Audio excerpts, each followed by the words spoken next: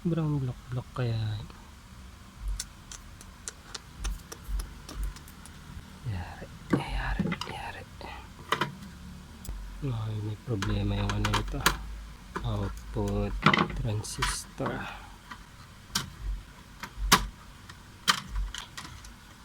Nasunog siya. Check yung value nito. Nasunog. Galing ko nga itong mga transistor. Power transistor niya. May mga nadami na yun dito. May short circuit na yung transistor dito. Tanggalin ko na rin.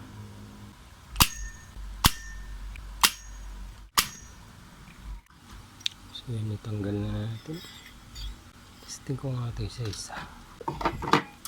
Diode mode.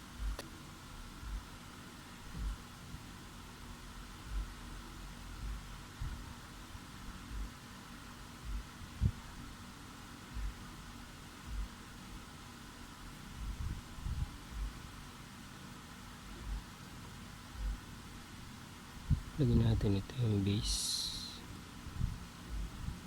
So ito yung base. Dapat pag ginaliktad ito wala. Okay.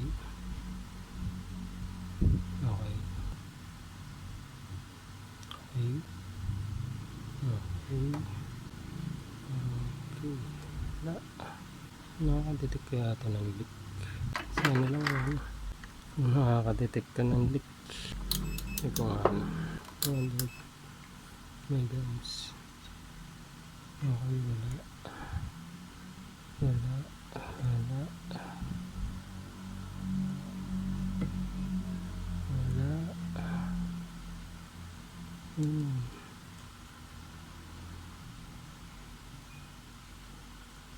Kapag umakakara.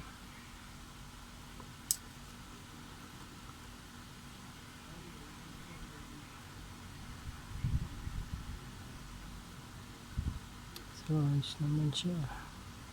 So, dito lang talaga. So, mga maliliit na parts. So, ito shorted.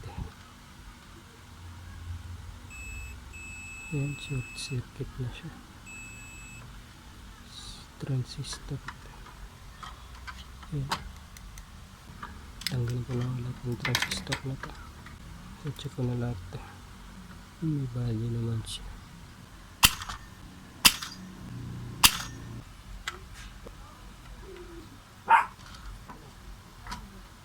Yung value niya 2N5401. So, check natin bakit siya short circuit.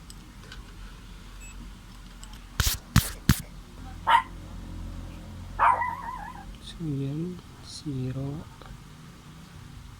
Yung 0.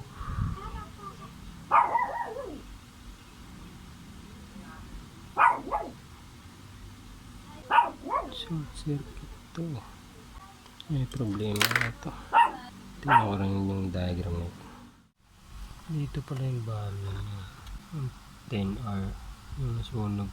Kasi din 10 ohms. Check ko nga ito ang pinalitan natin. So yun. Umitaw na. Di pala siya 10 ohms. 4K7. 4.7K ohms. Yung value niya. So hindi siya 10 ohms. 4.7K ohms pala siya. Kaya pala nasunog. Hanap nga ako ng 4.7 dito. Ito yata yung katulad ng value. Yan. 4.7K.